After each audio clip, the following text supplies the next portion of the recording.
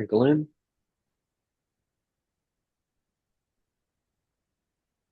Alrighty, awesome. Let's get things rolling, guys. Nice to see everyone again. If you guys have any questions, let's get cameras on. That way I know who's going to be asking questions and who's just listening in. And let's do this. If you have any urgent or quick questions, drop a number one in the chat. We'll take care of those first, and then we'll dive into pricing. Jake, start us off. Anyone that has anything after Jake, drop a number one in the chat.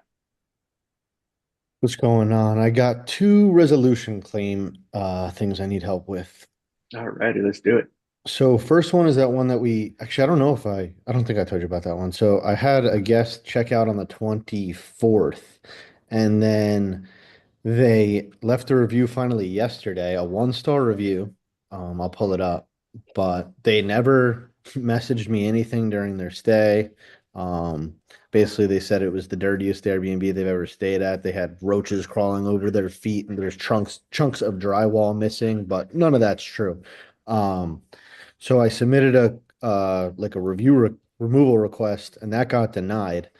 So I shot him a message just asking like what the situation was. He never replied, and then Airbnb support basically said I can submit another claim and I should, and that they'll take a look at it again.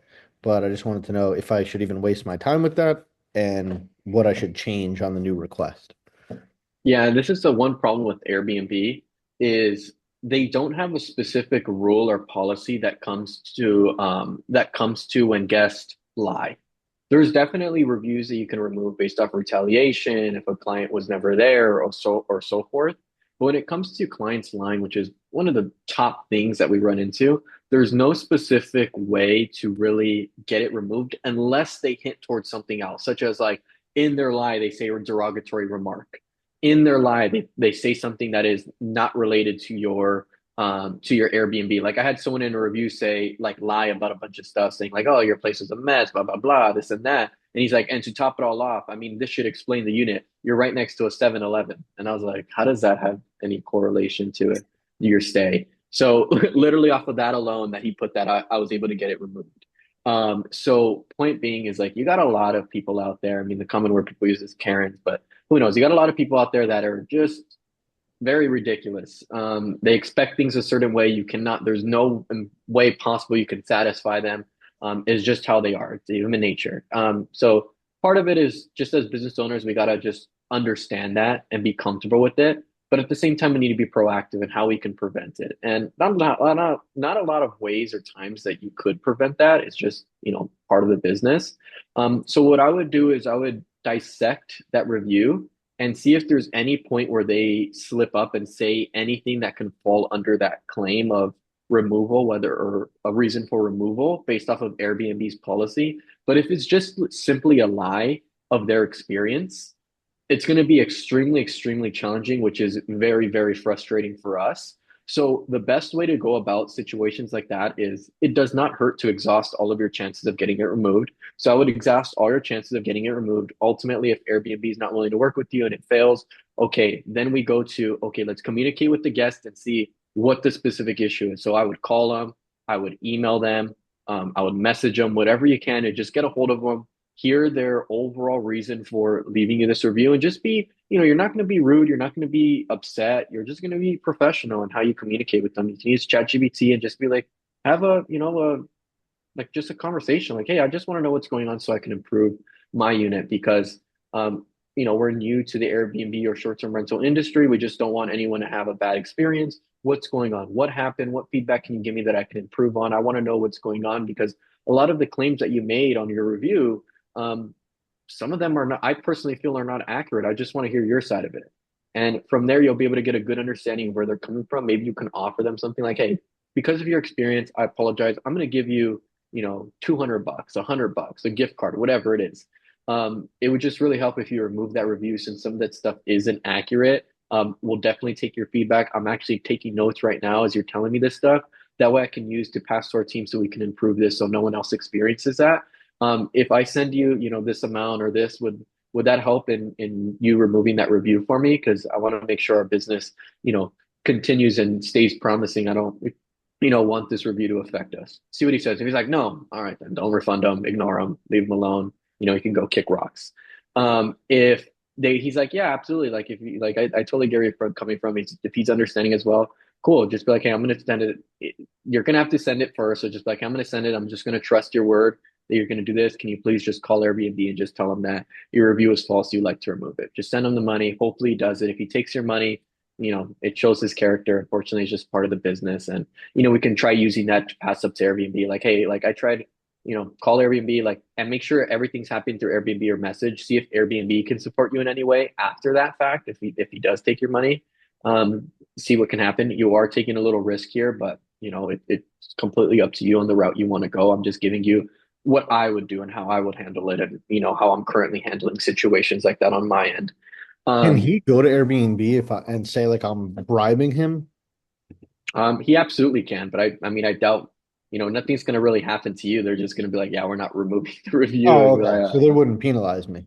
no, and I would just show Airbnb if they tell them, I'd be like, hey, yeah, like I just want to improve my business. Like I'm not trying to like bribe him or anything. I just want to, just give him his money back for his experience that he had. I want to make sure he's satisfied. I want to take care of all my guests. That way this issue doesn't happen. So you can just, play the same role to Airbnb, and they'll be pretty understanding of it. So that's how I would handle that specific situation. Ultimately, if it goes right and they're able to remove it, Airbnb, great. If not, if it does come into the guest and he's able to communicate and you guys are able to come to a solution, great. Worst case scenario, you guys can't come to a solution. He doesn't want to remove his review or he doesn't respond back to you. I would just respond to the review on the chat, especially if you exhaust all your chances. Just respond on the review and just put the truth. Use ChatGPT, copy and paste it, tell your side of the story to ChatGPT, help ChatGPT format a professional message that will help future clients see your perspective as like and be understanding of it in terms of like, okay, yeah, there was no issues, there was no drywall issues. Like if there was a specific issue, kind of reassure them that it was fixed. So that's what I would do. So those are the specific steps I'd take for that specific review. Okay. And then my other question was, I just actually had my first party at one of my Airbnbs this weekend. There we go. So I didn't know Welcome. about it Welcome actually. to the club. I didn't know about it actually. They must have cleaned up very well because nobody said anything. And then the property manager from that complex texted me today, just like letting me know that she had other tenants complain about it. Okay. So the only evidence I have is like literally 35 different people I counted on the ring camera. Is that enough evidence? Oh, 1,000,000%. Save that recording, submit that to Airbnb. This is why it's important, guys, to make sure your cameras are record or like are subscribed to recording. You pay your bill, the batteries are charged because yeah, sometimes you can't. I mean, it's extremely rare that it happens at one or two bedrooms. I'm surprised it happened. I'm assuming it was at your two bedroom. Yeah. Yeah, I'm surprised it happened. It's extremely, extremely rare. That's not to say it'll never happen. I mean, Jake's, firsthand experience of that. But it is very rare. So that's why the ring cameras are crucial. I don't expect you guys to be studying those suckers like a hawk. But in cases like this where you get that feedback, you can check it and find the details like Jake did. And now we can submit a resolution claim and get our money back or get compensated for it. Something you guys can also do, which I don't recommend because it's just so rare. If you guys had bigger sized properties, like 3 bedrooms plus, you can get something called like a minute monitor. I think it's called. I think it's like Minute without the Minut. E. Yeah, there you go. Something like that. And what it does is it like records decibels, so like noise decibels. So if it reaches a certain threshold, it'll notify you that noises are too loud, whether that they have the TV and they're watching a movie and they think they're at the theaters and it's full blast, or if they're having loud music and maybe it's not even a party, but they just have loud music, it notifies you of all that. Or in this case, like I'm sure it would have caught on to a party because I'm sure they had loud music and were screaming. So then at least it notifies you. You're able to check the ring camera, see all that. Then Jake could have sent a message while it's happening, as well as contacted Airbnb and been proactive on it. In this case, it already passed. So just use what you got, submit that resolution claim. Let's get compensated for it. And then just completely apologize to the complex, express your side of it. Be like, hey, like, we completely apologize. I mean, we were checking the ring cameras. We didn't get any reports. Like, if this happens again, I'm going to let the neighbors know that if this happens again, they can call me directly. We'll have that thing, taken care of. This will never happen. It's very rare. Just give them full reassurance that like, hey, like we're on top of it. These are our violations. We're very strict when it comes to it because honestly, we're very strict. We're worse than apartment complexes, and most of the apartment complexes don't realize that. And so I give them a breakdown over the pitch when we're pitching to them. And sometimes I'll even send them our house rules. And they're like, okay, oh crap. Okay, yeah, you guys can like operate perfectly fine here because they see how strict we are when it comes to these things. So I would just already do that. If you're already on the right foot with the complex, cool, great work. In that case, let's just worry about, submitting that resolution claim. Yeah, I'm all good on that side of things. But for the reimbursement request, what do I like? What would you put? It just obviously starts with the blank message to send to the guest. Like, how do you go about the party reimbursement request and how much? The first message to the guest, I would just be fully transparent. I would tell them, like what happened, be able to, everything. We had multiple noise complaints. We had messages from the property manager himself that I can use as documentation. Ring camera shows over 35 unauthorized guests entering the property at this time. And I would just list all the details, the date that it occurred. And I would put all that in and be like, hey, the reason for this is for an unauthorized party as well as unauthorized guests. Due to that, we do have violations that we must charge you for. Okay, and then do you charge the same as you do for your smoking violation? I think, what do you have on your house rules? Do you have anything for parties? Like, do you have a house rule on parties I or honestly, off the like top of my head, I unauthorized don't know. guests? Let me check. Let me see what my specific one is, and then, My house rules are still the same as the ones in the modules. So let's see. I gotta go to ChatGPT for my house rules. I forgot what I put on them. Let me see. I'll tell you right now.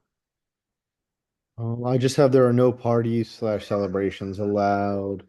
And the only thing I have financials wise is oh wait, okay. Do not have more guests than stated in your reservation. No unapproved visitors. Your reservation may be canceled or you will be charged a $75 fee. That's all I have for the extra people.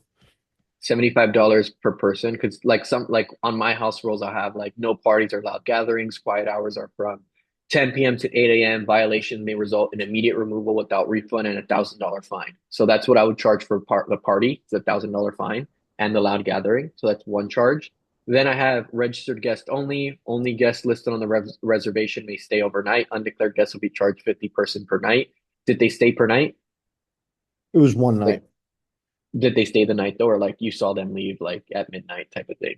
When I watched the ring camera, it's like all between 5 p or 7 p.m. and 4 a.m. is just the same people all going in and out.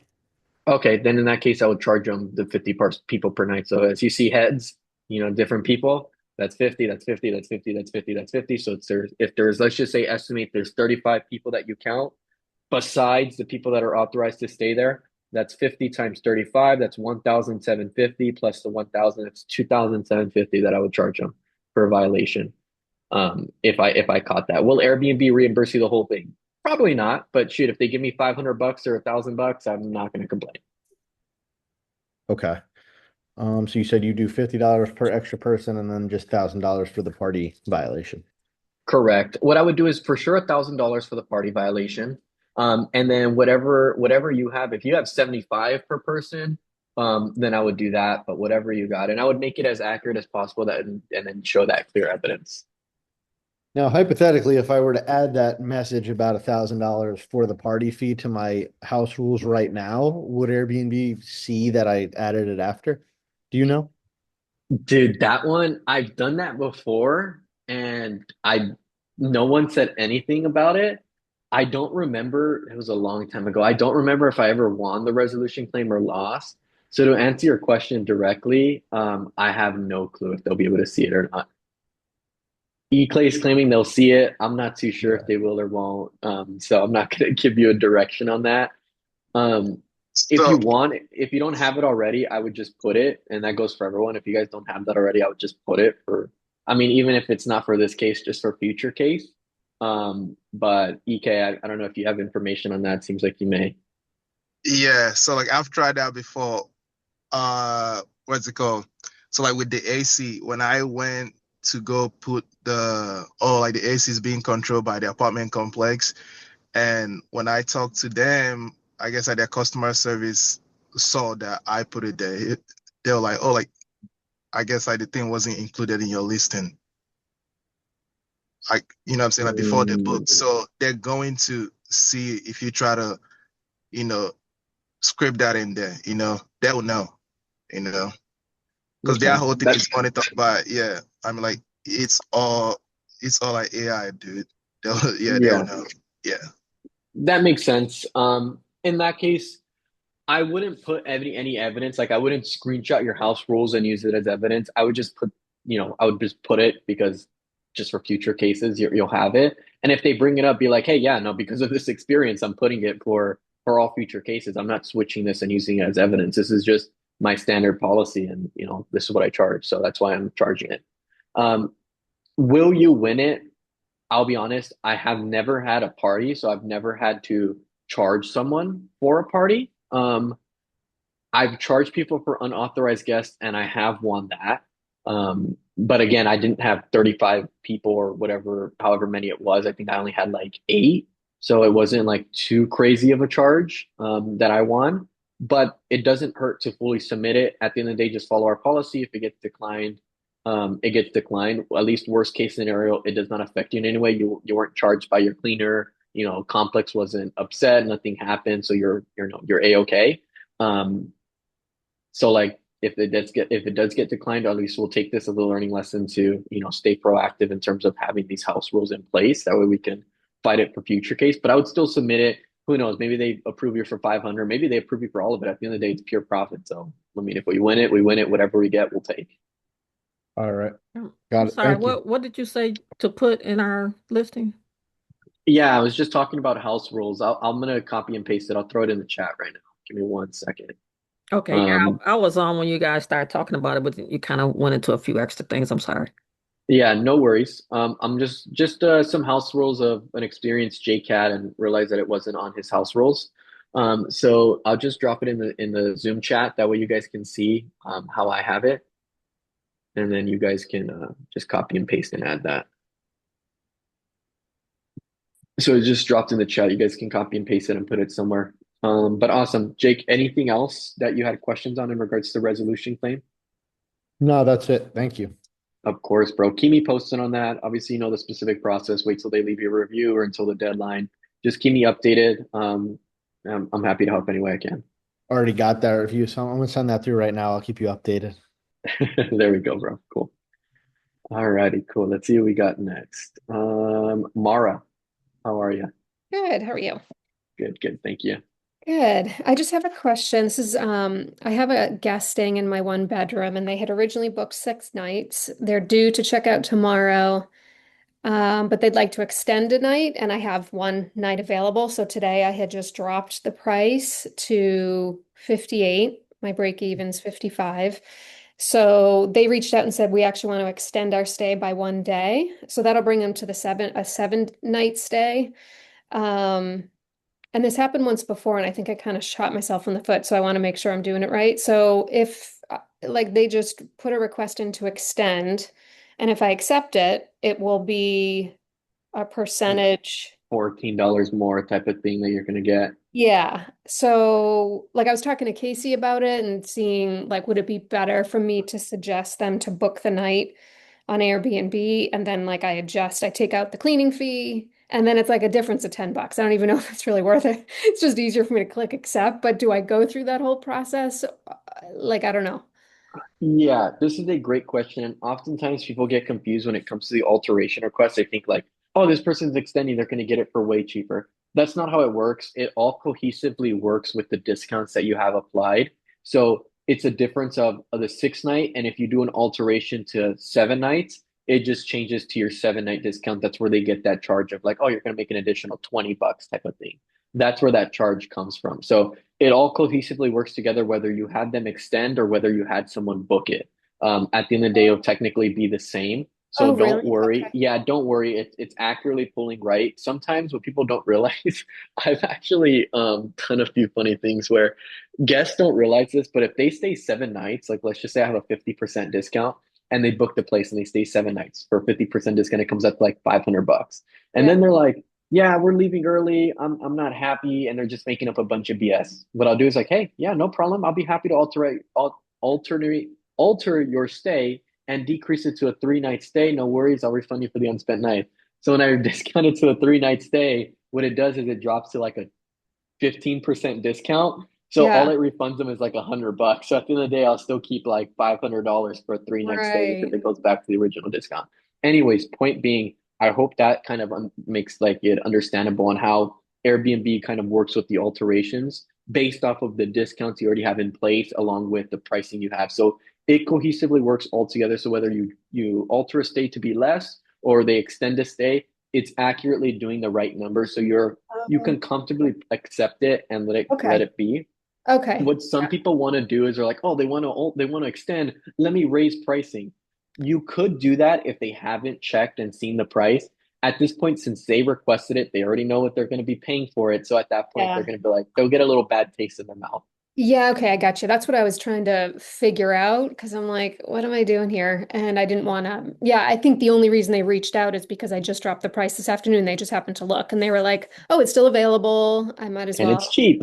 Yeah, and it's cheap. So I'm like, I mean, I think in the end, In the end, you'll still equal out to your nightly rate. So if your yeah, average nightly rate, if they paid an average nightly rate of like 120, when they book it, their average nightly, or when they extend it, their average nightly rate might change to like 119, 118. It's not going to be a massive change. okay. So personally, for me, if I'm already really profitable in the month of March, I'm already doing well. It's just a 1 night gap. I'd rather just take the secured money in my pocket and accept Yeah, it. it'd be a lot Um, easier. Yeah. Exactly. It'd be a lot easier. In this case, if you don't want them because you're like, I'm going to get a higher price, you might as well just decline it and then raise the price, but then there's no likelihood it'll get rebooked. So honestly, personally, I would take the guaranteed, like just book it Yeah, and it just let seems them so know much that. easier. And you Okay. get the occupancy boost of, you keep that higher Right. occupancy. Okay, cool. All right, perfect. That's what I'll do. That's what I'll do. Easier. Awesome. Keep me Cool. posted. I'm glad to hear everything's going well, though. Of Yeah, thanks. course. Alrighty. Let's see who we got. Christian, are you with us? I know you stepped away for a little bit. Yeah, I stepped away for a minute because I had an issue with AT&T. I mean, funny enough. No So worries. I How's everything going? forgot the meeting because I was in the middle of a midterm and I forgot to mention it. You're So okay. yeah. I kind of figured you're all good. I know you're Hey, normally very punctual and on top of it, so no worries. I knew something else is on top of any it. updates? Yeah, so everything's been submitted. Right now they confirmed that they are processing it. They confirmed that today. So yes, so they're processing. We'll keep you posted as we get further updates. We're still calling, checking in daily. Our backend team is on top of it. So once we get confirmation of like what start date do you want, things like that, we'll update you on it. If they need any other applications, we'll update you on that as well. Are you seeing everything good? Are you having a good feeling about this? Everything looks good. I spoke with them about a week and a half, 2 weeks ago, and they expressed the availability and they're ready to accept you, which is pretty much I think the update I gave you when we processed the application. All right. So maybe we can schedule a meeting for like same time next week. Yeah, if anything, maybe we can move our meeting to later on, maybe Thursday or something. We can find a time on Slack to reschedule. That way, you and I can meet one on one and go over a few stuff if there's further updates down the line and later this week. All right. Perfect. Yeah. I'll go back to fight with AT&T. Cool. I'll keep you posted. Keep me posted on your end too. Sure do. Bye-bye. All right, you have a good one. Jack, how's everything going, man? Good, how are you doing? Good, good, good. Thank you. So I have a question about a unit that this guy, I'll share my screen. So he booked a bunch of days from March to April, and some context around this is this was the date range where I accidentally, when I was first setting it up, I didn't properly sync it, so the price is unsynced, and then this guy booked it fairly cheaply. So then Mhm. he said today, I guess he lives in Qatar or Qatar, however you pronounce it. But because of the situation, they might have to cancel, Cancel and he's flights. asking about the full refund. So I guess technically from their end, because it's from their rules, using the firm cancellation, they only get a 50% refund at this point. But I'd rather incentivize him canceling and try to get someone else that can book at a much better rate than he did. So I'm just wondering if do I even have the ability to give him the full refund instead of the 50% that Airbnb's policy says? Like, is that under my control or it's all under what Airbnb owns at that point? Yes, this is definitely an opportunity here. So, What I would do is this. Well, not what I would do. I'm going to give you some options and I'll give you my opinion on it. So yes, as we know, they're going through some stuff in the Middle East. So there is a very big potential of them canceling flights. So there's two things to this. Personally, what did he book at? Your break even, I think it was like 58 per night, right? Yeah, yeah, yeah. Okay, so you can do two things about this. You could comfortably be like, hey, no worries. You can go ahead and I'll go ahead and contact Airbnb. I understand what's going on. No worries whatsoever. I'm going to contact Airbnb, let them know that I feel comfortable with Airbnb or them or you canceling the reservation and we'll go ahead and give you a full refund. No problem whatsoever. What that does is now it opens up another opportunity for you to get booked at a higher rate. I know there's some other clients in the North Carolina area, some in your same building that have had some good solid bookings for that week. So there is a high potential for you to get good bookings for that week, at least much higher than this. Worst case Hmm. scenario, absolute worst case scenario, it's last, like, maybe the lead time wasn't there. Maybe the lead time needed to be further out. But if you get it rebooked, the worst case scenario, they just rebook it at what this guy had already booked it at, your break even. So at the end of the day, you wouldn't be really taking a massive risk by giving them you wouldn't be really taking a risk at all by giving them a full refund because now you open the opportunity to get a higher booking since there's that event that's happening on that specific week. Hmm. If you want to play it a little riskier, what you could do is like, hey man, unfortunately, that's our policy. I wouldn't be able to refund you on anything. And you're kind of betting on the fact that, he does cancel it himself or his flight gets canceled. He cancels it. He doesn't get his money back, or he gets 50% back. You still keep half of it. Then you still end up getting it rebooked. Now you're even more profitable. So you can do that risk. But the other thing about that is like, if his flight doesn't get canceled, then he's for sure staying with you, which Hmm. is another thing. So you can play both roles. If you want to play it safer and you want to just, take advantage of a potential opportunity, then I would just by all means call Airbnb, tell Airbnb, hey, check the message thread. This is what's going on. I feel bad. I just want to make sure my guest is satisfied. I know it's not his fault what's going on. Like, I'm happy to just give him a full refund. And then boom, Airbnb will take care of it. They'll get him out of there, give him a full refund, and you're good. Or you can just play it a little riskier and, potentially hope that, he does cancel his reservation and only gets 50% back and you can still get it rebooked. Yeah, see, that's what I was wondering. I wanted to incentivize him to cancel, so that's why I was saying like I can give you a full refund up to 2.9, or 3.9 I should be actually. So pretty much up to next week, I'll give you a week to decide if you're going to cancel it, and then after that, it would be the regular 50%. So from what you're saying, it seems like I do have that control to give him either the full refund if need be, or the 50% of the regular policy. Yeah, but if you're gonna give them a full refund, it only makes sense if you do it like between, now and tomorrow, like ASAP. Okay. That way you open it back up. I wouldn't give him like time because if you give him time, like he's just gonna wait to the last minute, then can't then be like, yeah, I want my full refund. Then you got a full refund, and now you don't have much of a lead time anymore to get even booked up at a higher rate. So now you just go back to make it even riskier of you potentially getting it booked at your break even. So I would only give them the ultimatum of like, hey, bro, you got to decide by, tomorrow. Like, let me know Hmm. by tomorrow. Otherwise, unfortunately, I won't be able to because I need to make sure that I have the opportunity to get this rebooked. I know it's not your fault what's going on, but if you can just let me know by tomorrow, that's the best I can give you.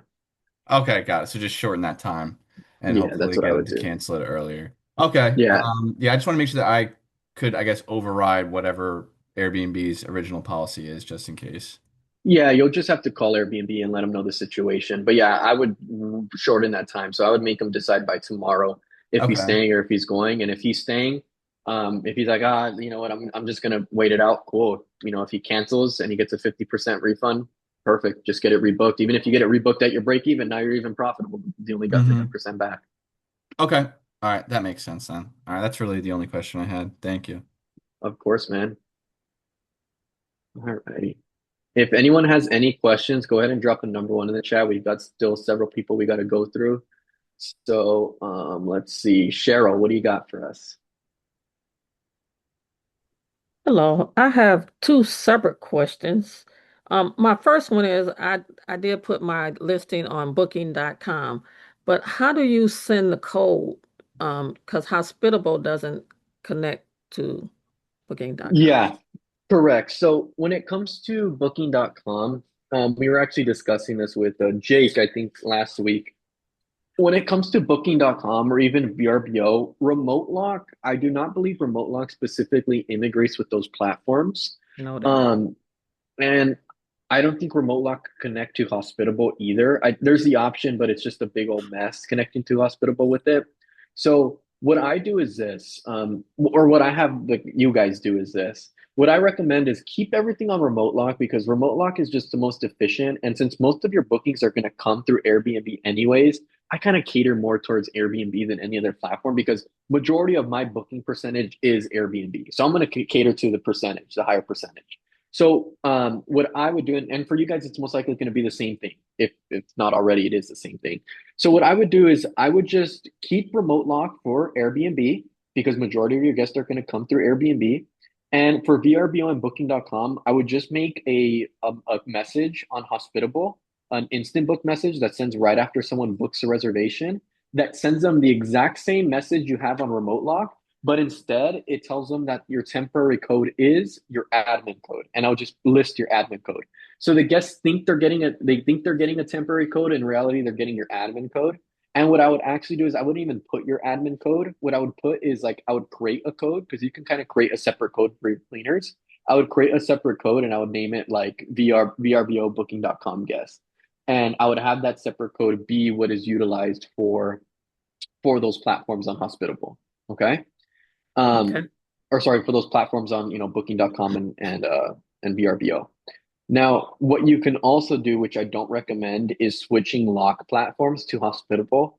I would not recommend that because Hospitable, you have to remember, they're a business. They're trying to take it's smart. I would do the same thing if I owned Hospitable. They're trying to take the process for clients to just keep everything in house. So rather than clients going through all these other platforms, they rather keep everything through Hospitable. So they rather keep, hey, instead of using Price Labs, use Hospitable pricing. Hey, instead of using Remote Lock, use Hospitable Lock. The only problem is they have not been doing it as long as Remote Lock and as long as Price Labs. So with that comes a lot of complications and issues. And one of those issues that you experience with the specific locks through Hospitable is for whatever reason, the codes sometimes do not work. And sometimes it sends double codes, sometimes it replaces codes mid-stay. It kind of turns into a mess. That's been my experience with the Hospitable locks. That's why I do not recommend you switching to Hospitable. I'd rather you stay on remote lock.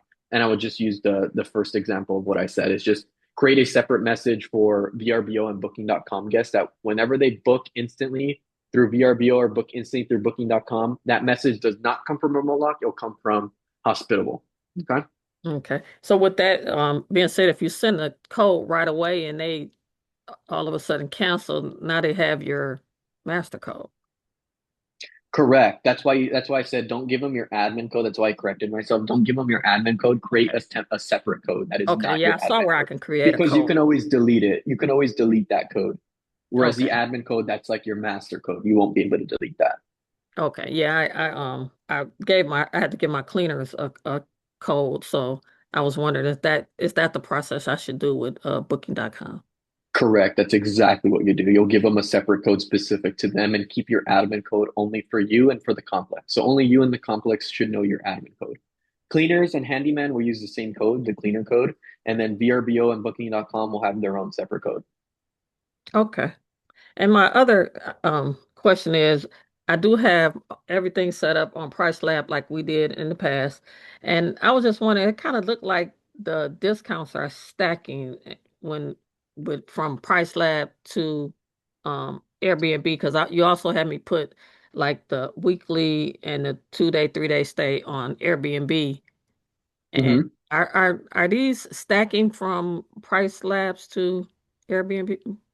Yes, they cohesively work together, but not stacking in what you think. If you offer 30% on Airbnb, then 30% on rule sets, then 30% on Price Labs, that does not mean you're giving a 90% discount. That's not what it means when I say stacking. They cohesively work together. So, for example, if I offer 30% on Airbnb and then my rule set is another 30%, it's not going to be 60%. They'll cohesively work together. I do not know the specific route and how they work together, but they will stack in the sense of if just on the Airbnb discount alone, price is $80 per night, well, if I put a rule set there, price does not drop to $50 per night, it'll drop to maybe from 80, it'll come down to 75 or 78. Then on Price Labs, if I put another 30% discount, it does not slash your rates again. It'll bring your rates down to whatever it'll decrease your specific nightly rate. So how it essentially works is I don't want to overcomplicate this because I'll confuse you guys a lot. But if I put, let's just say this to keep it simple. If every single day on Price Labs is $100 per night and I put a 30% discount, it will bring the price per night on Price Labs 30% lower. So what's 100 minus 30%? If someone's good at math, please tell me. If not, I'm going to calculator it.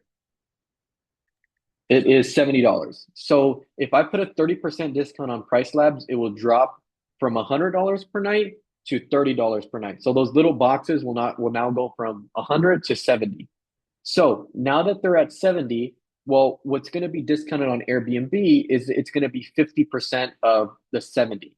So obviously I'm using low numbers here. So like obviously it may be a big discount, but that's why on Price Labs, your pricing is sometimes at $300 per night or $250 per night, like way higher than what we need it. And sometimes some of you guys are like, whoa, what's at 300? Why is it going to be at 300? It's not going to be at 300 because we have those discounts in place, which lower it to what we need to have it at. So as long as you've followed and haven't changed what we have on it, you'll be perfectly fine. The discounts won't be stacking. If you've changed your discounts and increased them, that could be a potential on why, like, if you're noticing pricing is coming lower on something that's there. It's not them stacking, it's an issue of, like, them stacking how you think. It's another issue of you potentially increasing your discount. So maybe it'll help if you give a little bit more clarification on like what you think or what you're seeing on why you feel like they're stacking or something like that along the lines of that. Okay, Lord, I guess I can show my screen right quick. Yeah, let's do it. Let's see where we're at. 1 second. Let me get it logged out on me. Give me just a second. Of course, no worries. In the meantime, guys, any questions, please drop a number one in the chat. That way you can get through everyone. Even if you didn't have a question, you thought of one, or you've already gone, go ahead and drop one. Super quick. I'm doing the resolution claim for the party right now, and the three options are damaged, missing, or extra cleaning. Which one do you pick for this? Extra cleaning? Damaged what? Damaged, missing, or extra cleaning? Was there another option before that of like category? Because remember how there's one for like smell? I just sent them the message and then that I came up with, and then when I click next, oh, it's loading now. Yeah, no, my only option is those three. See, if you hit damage, see what options it gives you. If you hit extra cleaning, see what options it gives you. Maybe it says something like unauthorized guest or like something along the lines of that. And then if not, try the third option. If there's no options that look like, unauthorized guest, then I would go with you said it was cleaning, or sorry, you said it was cleaning, damage, or what was the third one? Missing. The only I would option go I'm with getting cleaning. here is the only relevant things that seem like would work come up under the extra cleaning, and it's smoke odor, stain, mess left by unapproved guest, or pets. I would just do mess left by unimproved guest, and then I would try to clarify. Okay. Okay. Okay. All right. Can you see my screen? It's loading right now. There we Okay. go. Now I can. All right. Okay. So I still have everything the same up here That looks that we perfect. did. And then I have gaps here. So I kind of just tried to discount it down here. So and then when I went over to Airbnb here, I said no discount. Am I doing this correct? Yeah, this is where things are a little bit wrong. Okay. So Go what I back. would do is it looks like you got some minimum stays on your property. Um, we What want to remove go those back minimum here? stays. Yeah, look, I'm This seeing one? minimum stay setting. We want to remove those minimum stay settings on applied customizations. Let's start there first. Okay, It's what not something that's affecting you, but it is affecting you in the algorithm. The only time you want to put minimum stays is if you have like a vacation style home. For travel professionals, you don't need to be putting minimum night stays because sometimes we are going to need them to just book one night. okay, so right here where I'm at, take this off. No, so what you'll do, let me get my little annotation stick here. Okay. Give me 1 second. Okay. You're going to come to applied customizations here. Okay. Hit edit there. And then right here where it says minimum stay setting, go ahead and turn that off. Okay. Um, yep. And then go ahead and hit save changes. I didn't really I saw all of those on and I thought that was something that we had did. No worries. So how could you tell that was on? I guess I didn't even pay Uh, attention. I saw it on applied customizations and then it had little moons on your days. Ah, okay. And I just Um, want to know can what to look for future. no worries. You got some great bookings there, so keep it up. In the meantime, can you scroll down on the left there, please? On applied customizations again. I just want to make sure that we have everything turned off. If you can just scroll down. Okay, perfect. You're good there. All right. Now So for do a sync and refresh. no, you're good there. Now for the fixed rates there you put on in betweens. Um, you could do that, but I would only do that for if it was a 2 night gap. For 3 night gaps, especially Cheryl, since you're in Arizona in the high season, Hmm. I would put this as a percent discount.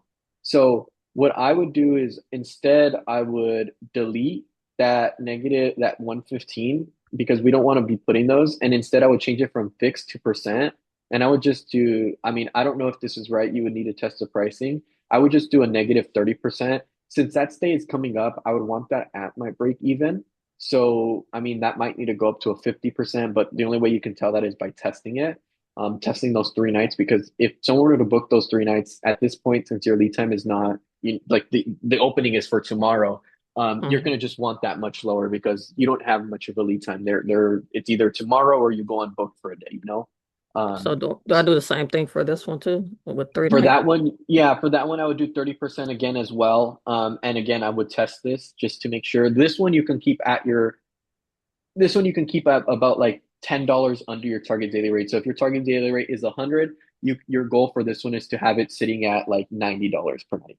Reason why is because you have a little bit more of a lead time for this one and you're in high season, so you can play things a little riskier. But for the So one do that I you have, yeah, just try 30% for now. Again, I'm not saying that this is right. This is just something that you're gonna have to test to see if it lines up properly with the numbers that I'm spewing out there. Now, if you go back to Price Labs, this price? is where our in or sorry, not you're right. You were right. Oh, to go to Okay. Airbnb, I mixed up the two. My apologies.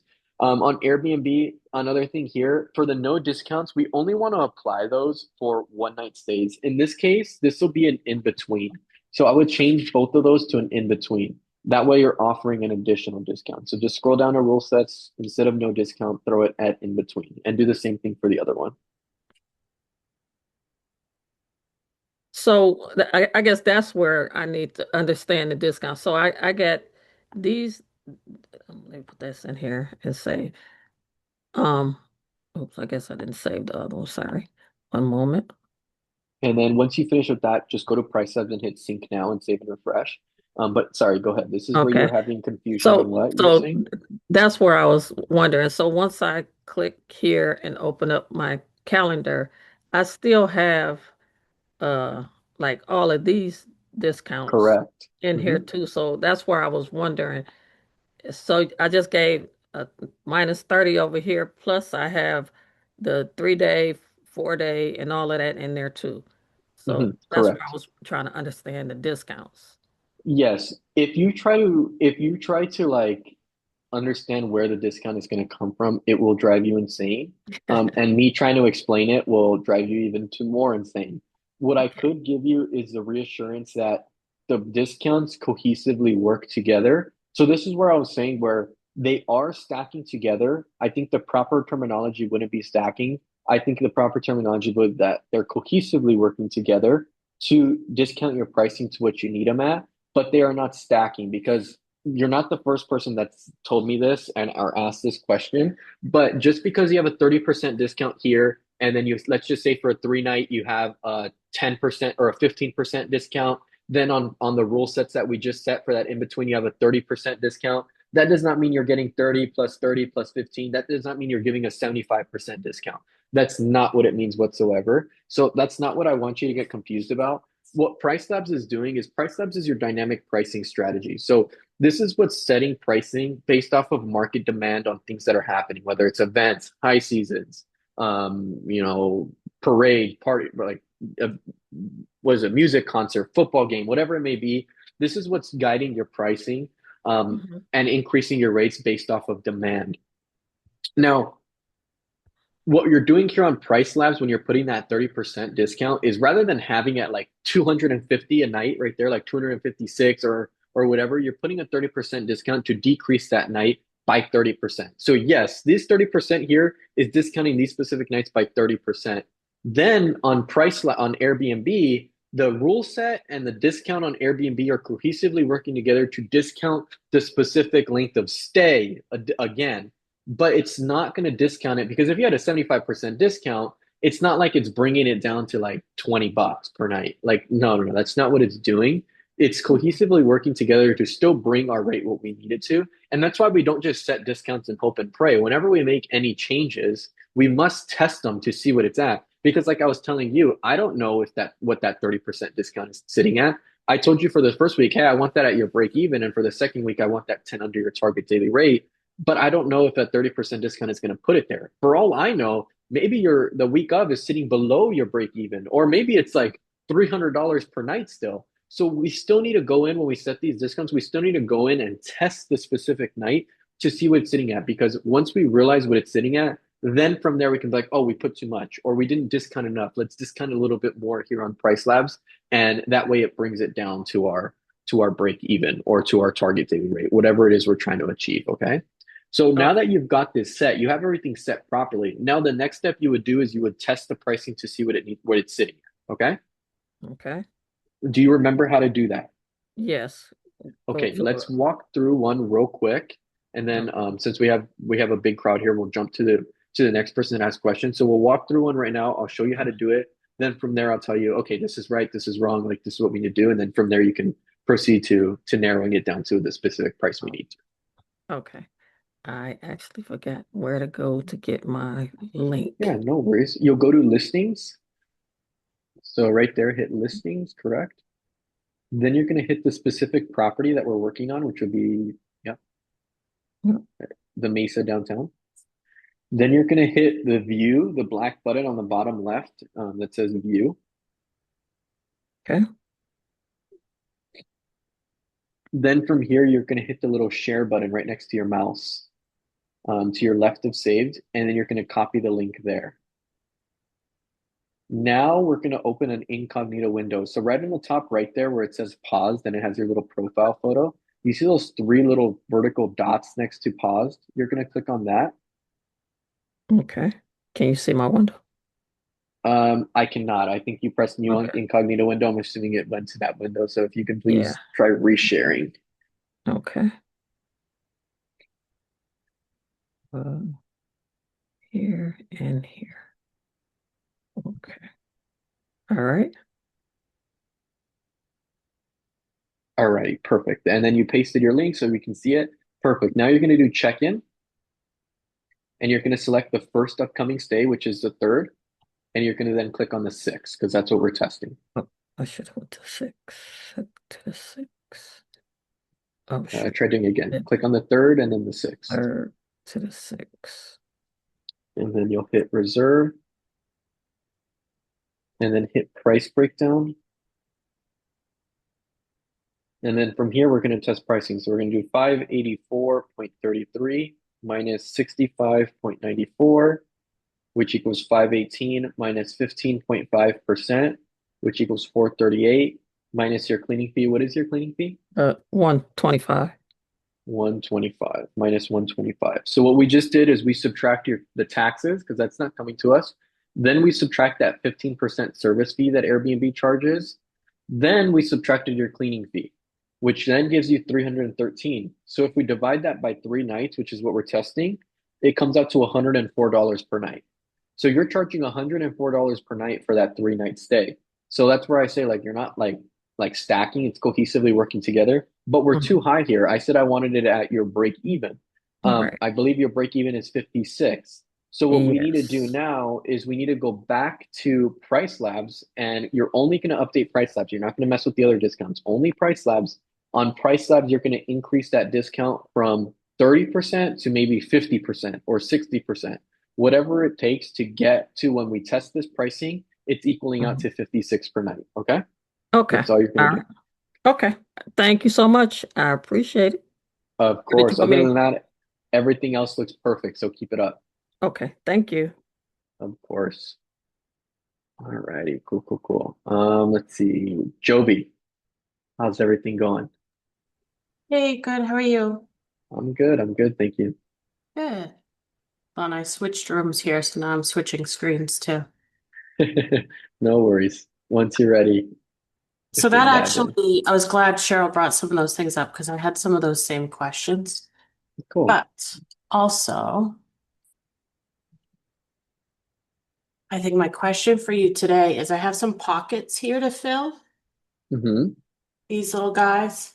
And then when I go over to Price Labs, which I'll show you in a second, I've got this discounted out here, but nobody's really touching it. And I don't know if it's whether or not the long weekends are behind the discount that's in Price Labs. So for For example, which one are we talking about? Oh, this that one. this big Got it. section here. So I Hmm. think I had a note somewhere from last week that you said get it to, hold on, get it to plus 10 of my target daily rate. And I kept Hmm. discounting it, discounting it, discounting it. It wasn't coming down. Like it was getting Your stuck at weekends, like, right? maybe, I don't know. So what I would do is I would look at like Friday to Friday, and I was like, okay, maybe it has something to do the weekend. So I go Oh, Tuesday. wait, they're all sitting at 136. Is that what you mean? Well, hold on. So when I go here, so I've got, oh, I guess now I've got 5% on it, but I was trying to put, I don't know, I was putting all these different numbers and it was almost like it capped out and it wouldn't let me take it down any further. And is that Okay. because it's the way it's bumping up against these here?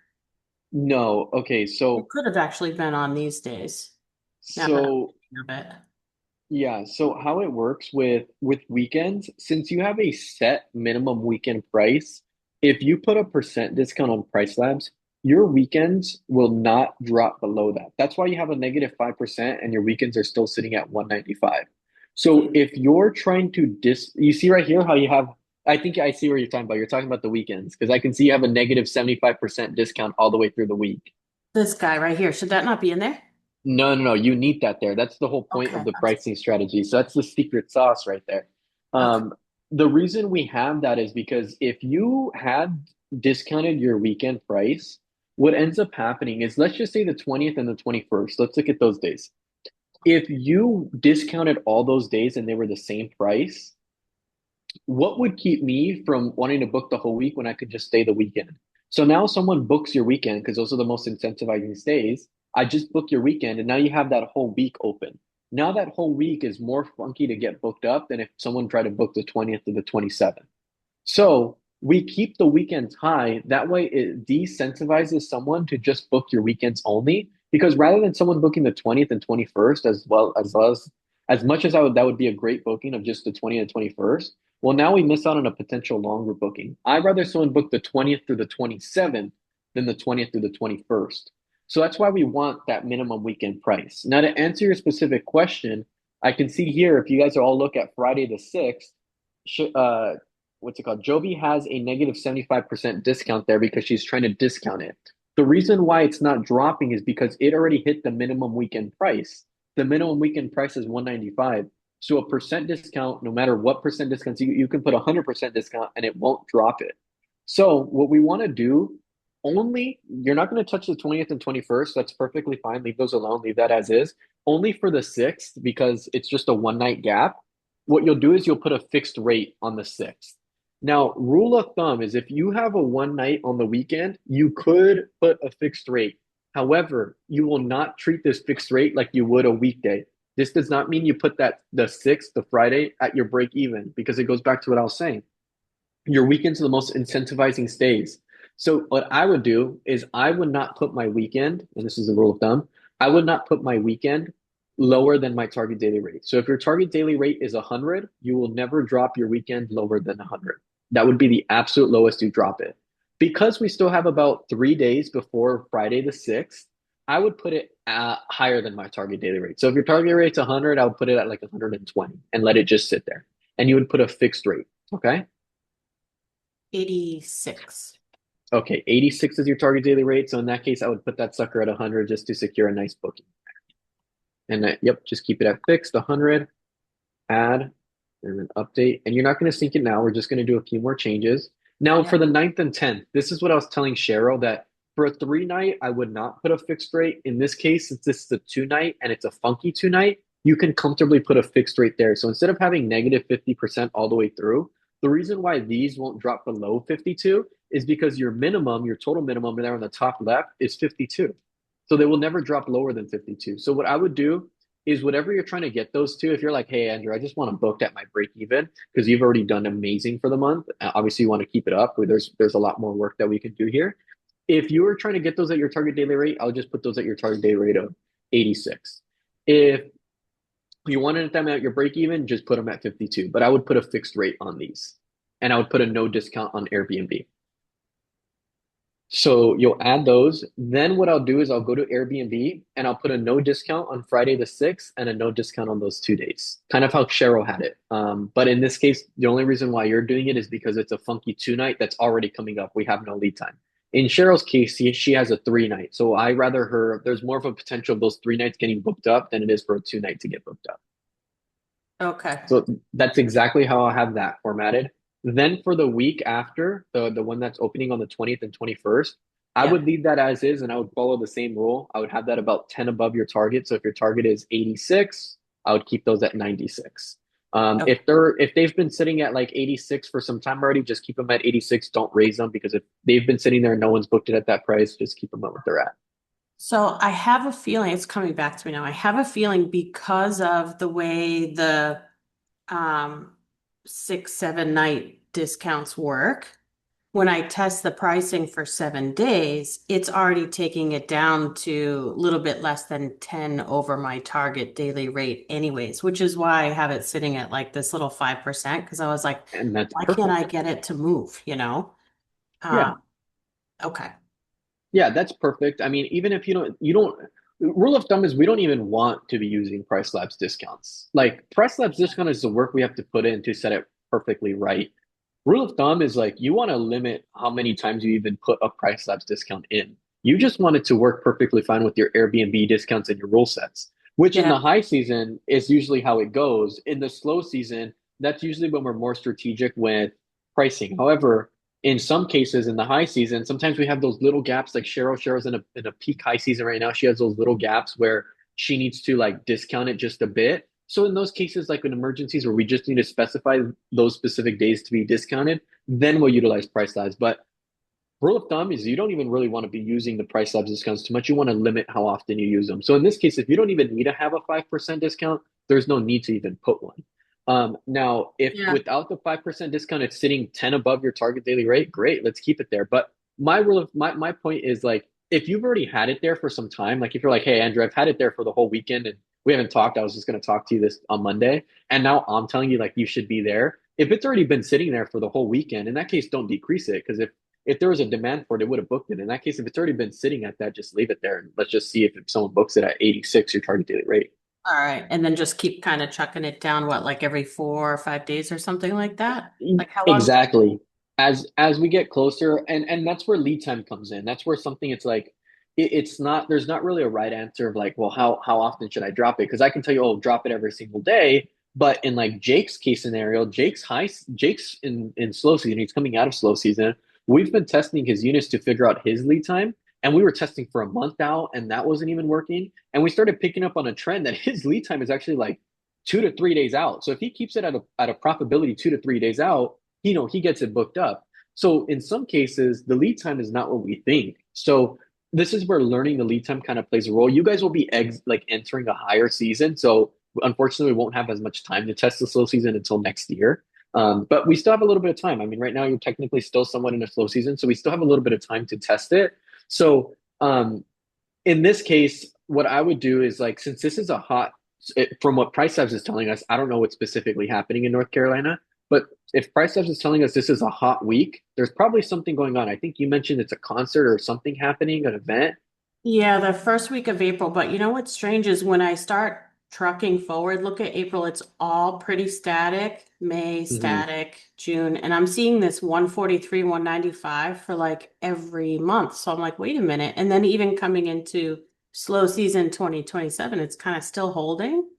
Is that Yeah, that I it's normal. Sometimes that happens to me, and it just like maybe next month you look at it and everything's completely different. So Price Labs is always changing. That's its job. Like it's going to change frequently. So I'll if I look at my calendar right now into like the months of like March or sorry, April, May, June, like it's going to be very, very low and pretty consistent.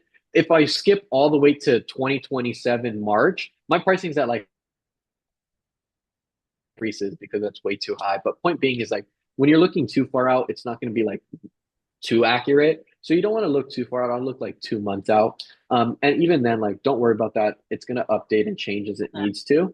Um, it's but almost like it has a lead time of its own because that base, my base is that 143. So it's almost like it plots it there and then it kind of adjusts as I get closer to whatever those dates are. Because I have seen them move, but they don't seem to always move. It's like bizarre weeks that it jumps around.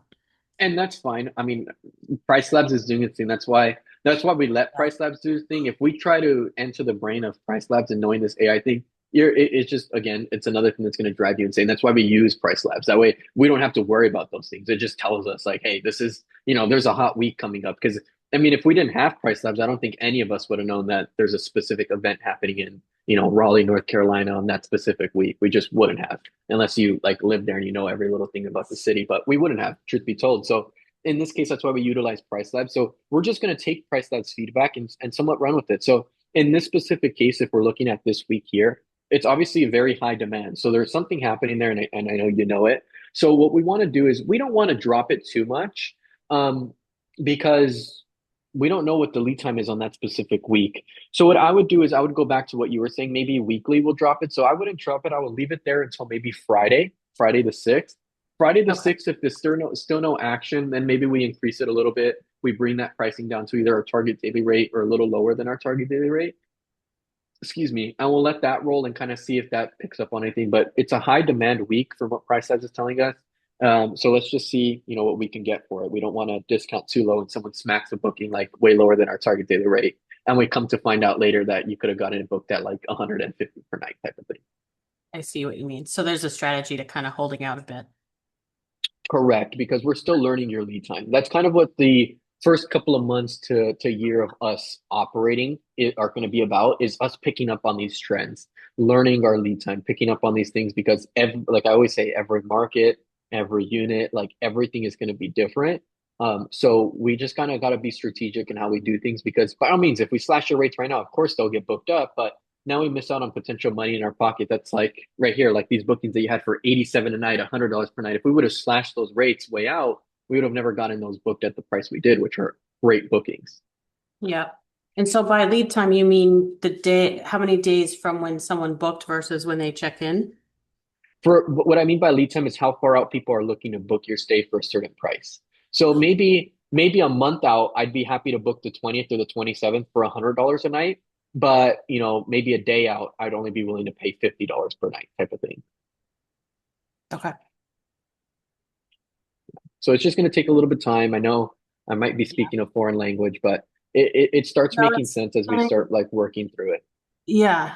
By like the thousandth time you said it, it'll start clicking. it. Yeah, it will. No worries. It's it's completely normal. This is why we're here. That's why we have so many group calls. That's why we have our one-on-one meetings so that you guys can, slowly understand it and repetition, repetition. Then from there, it takes time. Like for me, it took almost a whole year for me to learn anything about pricing. Like I was making a mess of things. So it's totally normal. Okay. All right. Well, that's it Mhm. for me. Thank you. Awesome. No, you're doing a great job. So keep it up. Thanks. Alrighty. Cool, cool, cool. Christian, is Christian still here? Christian, I see you threw a number one in here again. I don't know if that was just to make sure you got it in or if you had another question. I'm gonna assume I'm gonna assume you just threw it in. So we'll jump over to Tenveer. Tenveer, what do you got for us? So I did the 15% off discount. and it's coming out to for. I'll share my screen. Hmm.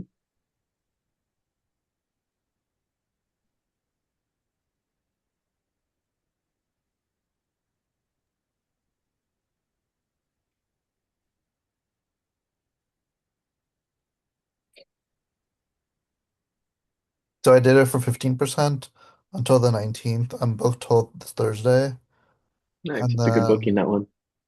huh? Actually, that booking before is a good booking. Yeah, it's the person who was staying before. I Yeah, was we'll talking to take my it. cleaner, and she was saying the busy season started February 20th.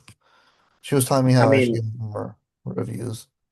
trust me, my cleaner was telling me a whole bunch of stuff too, and some of her stuff is not right. I would still listen to her if it Yeah. started February, but obviously we're going to go off of trends. Luckily for us, we have a community, so we can all kind of piggyback off each other. So like anyone in North Carolina, like I mean, we're seeing people's information here, so I mean, if it was a busy season, we would have seen a trend. So I'm not knocking it. I think it definitely picked up February. I mean, we're seeing that with some people's bookings for March and going into April. So I would hold, but I wouldn't, take, too much to heart.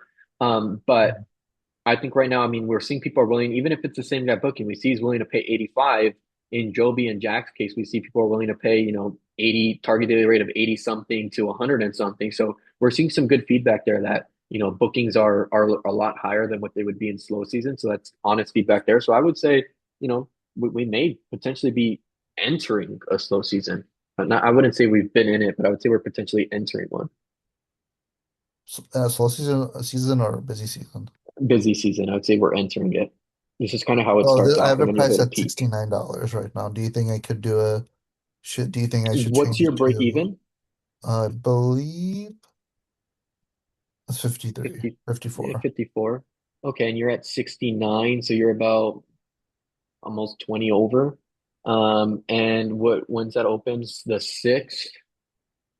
Um, how long have you had it at 69? Did you just make this change like within the past day? Yeah, Or it's been like I made it before the call.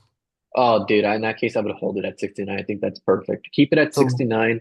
In when should this I change it? case, I was just gonna say, in this case, like this is the opposite of like what we're discussing with Jovi of holding. In this case, I would, or sorry, waiting like 4 days. In this case, I'd be a little bit more proactive in dropping. So I would hold it at 69. If you just changed it an hour ago or like a couple minutes ago, I would hold it for all night tonight and all majority of all day today. Tomorrow on our group call, if there's no action, not even inquiries, we'll probably drop it to 65 and hold it there for Tuesday and Wednesday. And then come like Wednesday night, we'll probably drop it again. But I would hold it at 69 for now because I mean we're seeing a good response. I think Jack and Joby and a few other people in North Carolina, we're seeing they're in the 60 $60 range as well for bookings. You have a good booking at 85, and if it is the same guest, it's still at 85. So good feedback there. So I would hold it at 69. I wouldn't drop it too much. So let's hold So it there for drop a little it bit of time should drop it like tomorrow tomorrow night. night. Tomorrow Yeah, night. tomorrow night to like 65.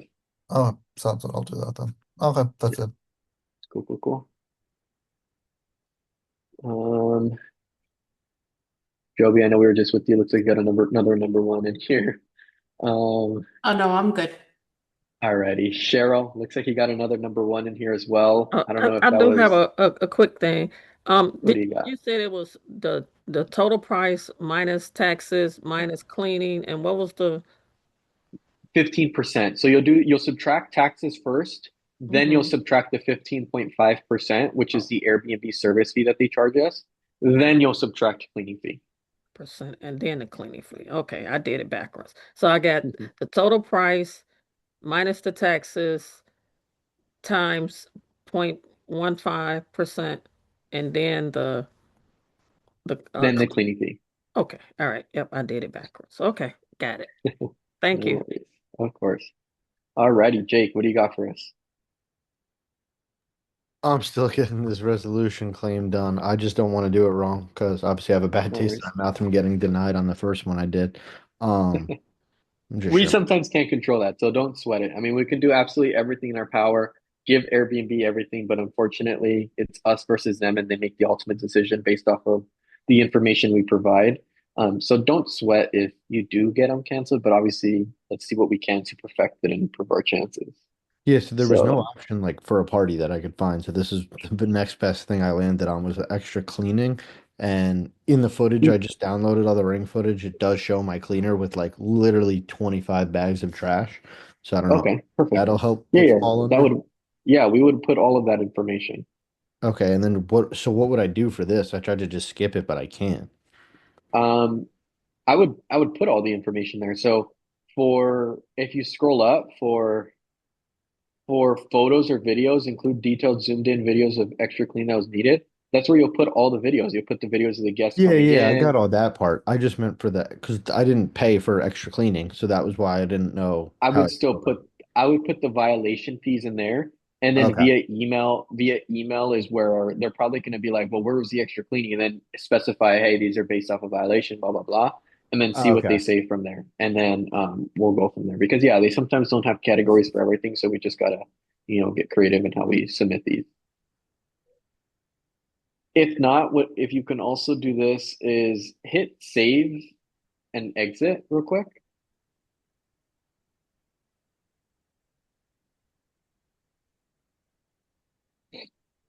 I want to see something just because I want to see what you're seeing on your end. And then hit calendar and then click the person that you're requesting this from. View full itinerary, scroll down, hit sender request money, hit request money, hit extra services. Let me read it. Scroll up, Buddha. That were included in the cost of reservation, example, meals, transportation, cost, or amenities not included in this description.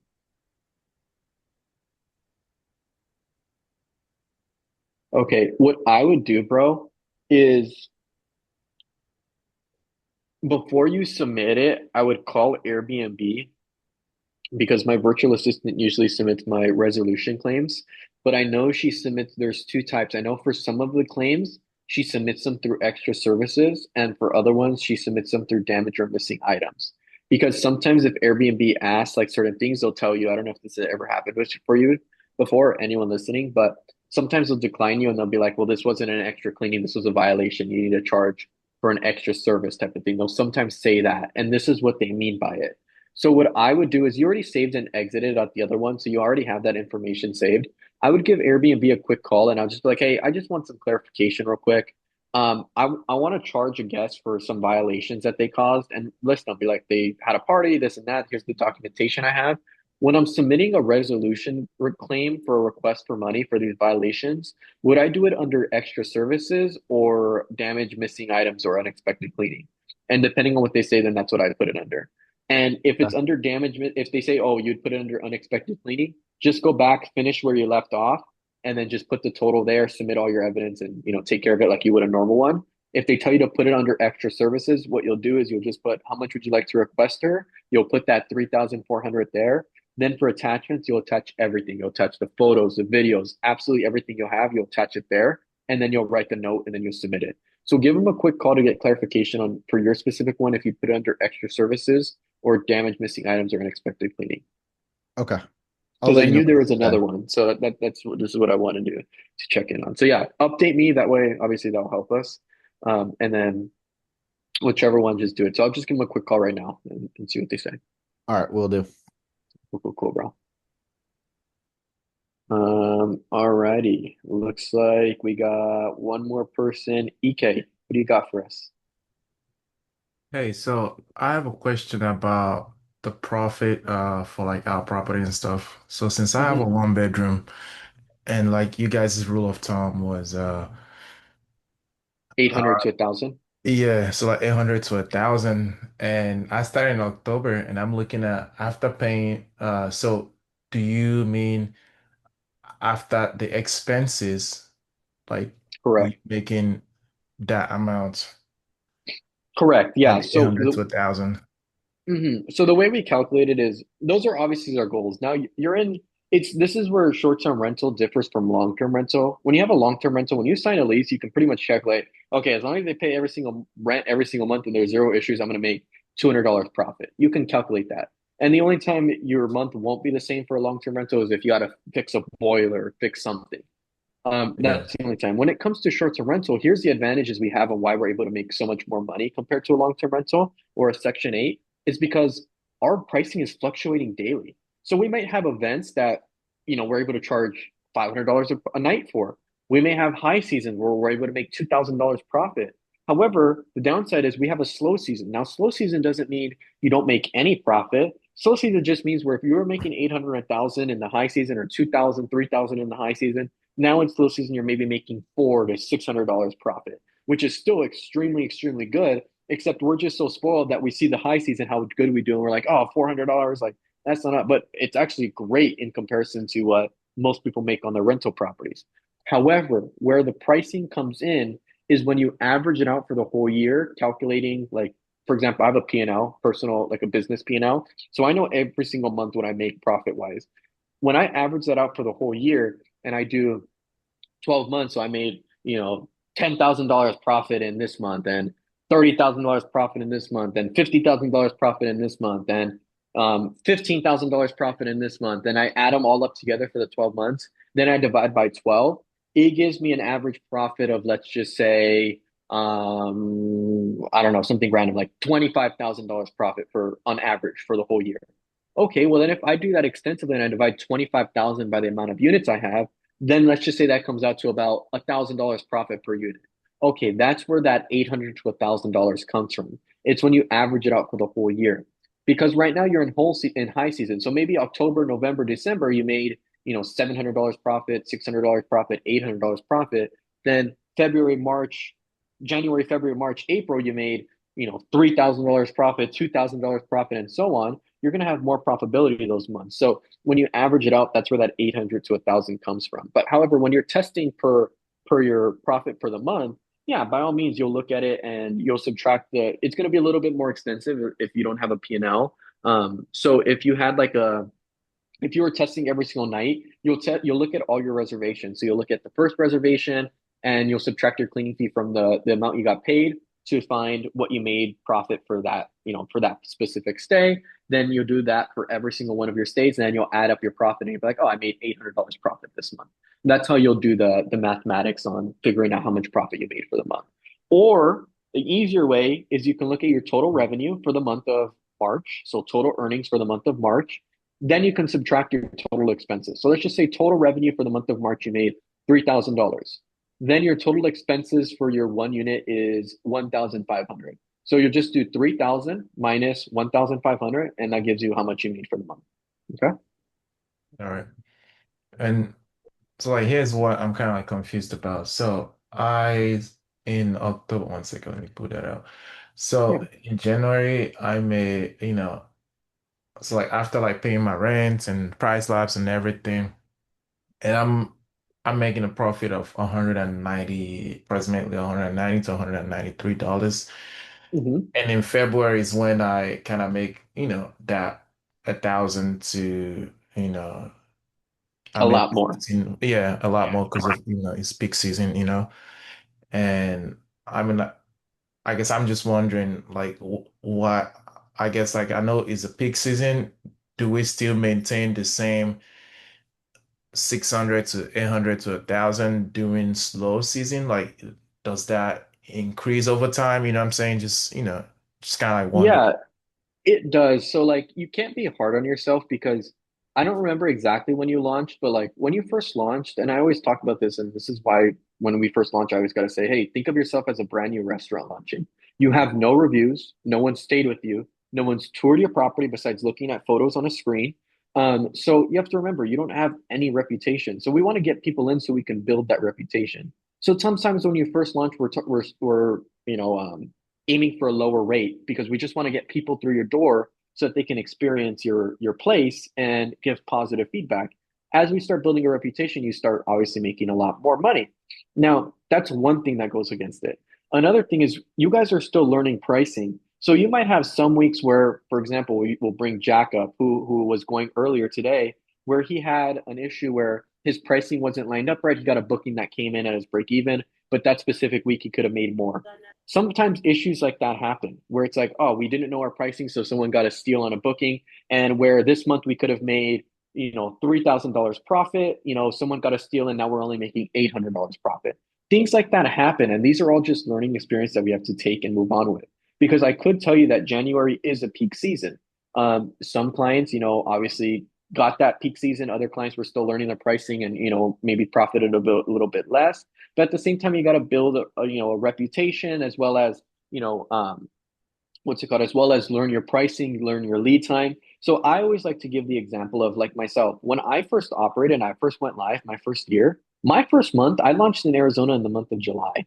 That is, as if you guys are operating in Arizona, that is not a peak season. That is slow season.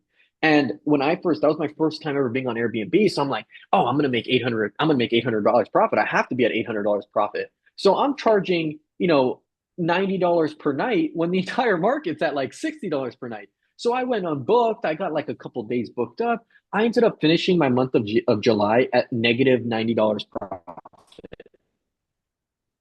Negative $9, so no profit. My second month in August, I only made $90 profit. My third month in September, I only made $100 profit. Well, guess what? It does no longer looks that way because I started learning pricing. I started learning my lead time. I started learning everything, and from there, now my slow seasons look like my units make $500 consistently on average profit per door. So I keep a consistent rate like that. And in the high season, when I first launched in the high season, I only made $800 to $1,000 profit. So I was like, yeah, this is great. Like, this is awesome.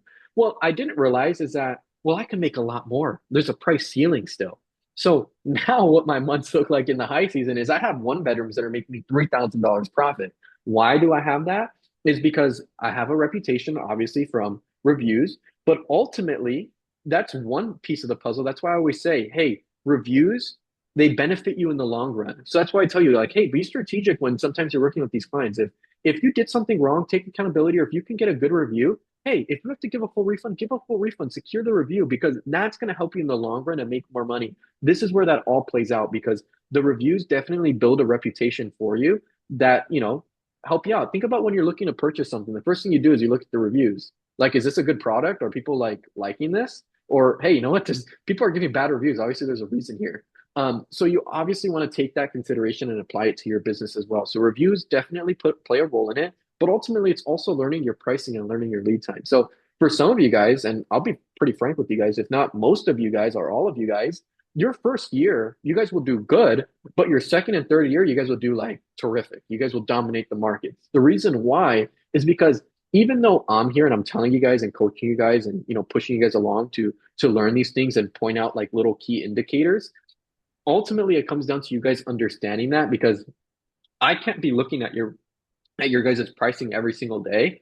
At the end of the day, it's your guys' eyes going to be on that property. So if you guys are taking away the pieces of information that I'm giving, and like, I'm not expecting you guys to pick it up in one day, but slowly start picking up on it, like, you guys will start understanding, like, oh, now I understand what he meant by lead time. Now I understand what he meant by this. Like, now in my high season, I see my price ceiling. If I charge a month out at this rate, I know it's going to get booked up. Maybe it's not all the time, but quite frequently that would happen. So of course, like, there's going to be some months that you don't do as good as you should have, or maybe you see another client do very good that month and you're like, what the heck? Like, why didn't I make that much? It has nothing to do with your unit or your location. It has to do with your understanding of, learning these trends. Whether that client got lucky and even then, like, I don't really know what happened. Like, yeah, kudos to them. Great job. Like, take advantage of it. But at the end of the day, like, you just really need to understand your pricing. So I could tell you this, like, now that you've learned that and you kind of start seeing, like, for example, your month of March, you're kind of seeing, like, if you look back on, you're kind of seeing a trend. Like, you can probably see, like, hey, I see people in the month of my March, I made, a $1,500 profit. I see that people are willing to pay 120 for my place. So now come next March, what do? Okay, well, I kind of already know that people are willing to pay a high price for this. I can keep my pricing a lot higher. Like, EK, you called this out. I remember you did this. You're like, hey, Andrew, I want to stay a little higher. I want to play it a little risky. I think someone's going to book it. And what ended up happening? You were right. Someone booked it at a really high rate. So you kind of Yeah. start seeing these trends and picking up on them, and you carry that with you. I don't expect you to write it on a notebook and take note. Last March, I could make this much on average. Like, yeah, I mean, that's good if you want to do that, and that's fine. But you slowly start kind of just remembering it. And the cool thing with Airbnb is it keeps record of if you go back to your earnings for the previous year, the previous months, you can kind of see how you performed. And that's something that I work with a lot of you guys like, hey, this is how you start figuring out those slow seasons. Because on your earnings, you'll see like these high pillars for the month of January, February, March, and then they start decreasing for your slow season. Then they come back up when your high season starts picking up. So you can kind of take these pillars as like, okay, now I know these 3 months I didn't do that well. I only made this much profit, so I know these are my slower months. And these months I did way, way more than I need than like I ever done. Those are my peak months, and then these months are kind of the same. These are like my mid months where I'm in the middle where I'm able to make that 800 to 1,000, but I'm not able to make over that, or I'm not going to make under that. I'm pretty consistent at that. You carry that information with you. That way, that when that following month comes up, you're able to take full advantage of knowing what your price ceiling is for slow season, knowing what your price ceiling is for high season, and ultimately your lead time for each. So it is normal for that to happen, especially like your first years operating. So don't beat yourself up over it like you did something wrong. It's just part of the learning experience over it. Now, I'm glad to see that you're making a lot of money these months because it seems like you're capitalizing on it as you should. Like the high season is meant for you to capitalize on as much profit as you could make and carry that into Yeah. the slow season. And even in the slow season, there's no reason why you shouldn't be very profitable in the slow season as well. That's just a misunderstanding or an understanding of trying to, or sorry, that's you trying to understand learning your slow season, which is normal. Slow season it's meant to be challenging. That's where I always say that's where pricing really becomes a science, an art, not a science, because everyone struggles in the slow season. And if you can learn your slow season and you can pick up on these trends and figure out your lead time and find your price ceiling in the slow season, that's what will allow you to dominate in the market that you're in. Okay. All right. That was good. Thank you. Cool, cool, cool. Yeah, but keep it up. I've seen your calendar. I know you're doing a really good job. So just keep it up. Obviously, don't sweat on, past experiences. Just take them as learning experiences, so that they don't, happen again and you can, make more money or, get a better review, whatever it is. Okay. All right. Cool, cool, cool. Jake, what do you got for us? So I just talked to Airbnb. They told me Uh-huh. to do it as a extra cleaning Okay. and then to specify, they said to put it all in as extra cleaning and then to specify how much just the extra cleaning was. Or wait, I said that wrong. She told me to submit it as basically whatever I wanted, either extra services or unexpected cleaning, but in the notes to specify how much was for each thing. Got it. Okay. Go ahead and do that then. Do like, this was amount for excessive cleaning for the trash bags that needed the 30 trash bags that needed to be pulled out. This is a violation fee for the 35 guests that you had come in. And then here's the violation fee for having a party. And then for the evidence, you just need to have evidence of each of those claims. So maybe you submit the noise complaint that the property manager sent you, the email from them. And then for the guest, you send the people coming in, and that will suffice as also for the party and also the trash of the unauthorized guests. Okay. So then would you recommend making an invoice as well for the cleaning or no? Because I'm only gonna put like $50 for the extra cleaning. I wouldn't sweat it. I'll just put everything you have on it and then just submit your documentation and see what Airbnb sends you back on the email. It's such a large claim that they're going to send you an email and ask for documentation. From there, once we see what they want, we can then, build that out or get whatever they need. Oh, I'm seeing now I'm actually gonna have to do it as unexpected cleaning because you can only request maximum 1,000 for extra services. Okay. Do it All right. for unexpected cleaning then. Cool, cool, cool, bro. In that case, keep me posted on that. All right, guys. In that case, does anyone else have any last minute questions we can answer for the night? Everyone's good? All righty. Cool, guys. Awesome. Well, this was a great call. So definitely you guys keep it up. We will have our call tomorrow at 6 p.m. Eastern time. So if anything comes up, definitely pop into tomorrow's call. If you guys need anything, message us on Slack. We'll be happy to help you guys, and I'll see you guys tomorrow. Have a good night, guys.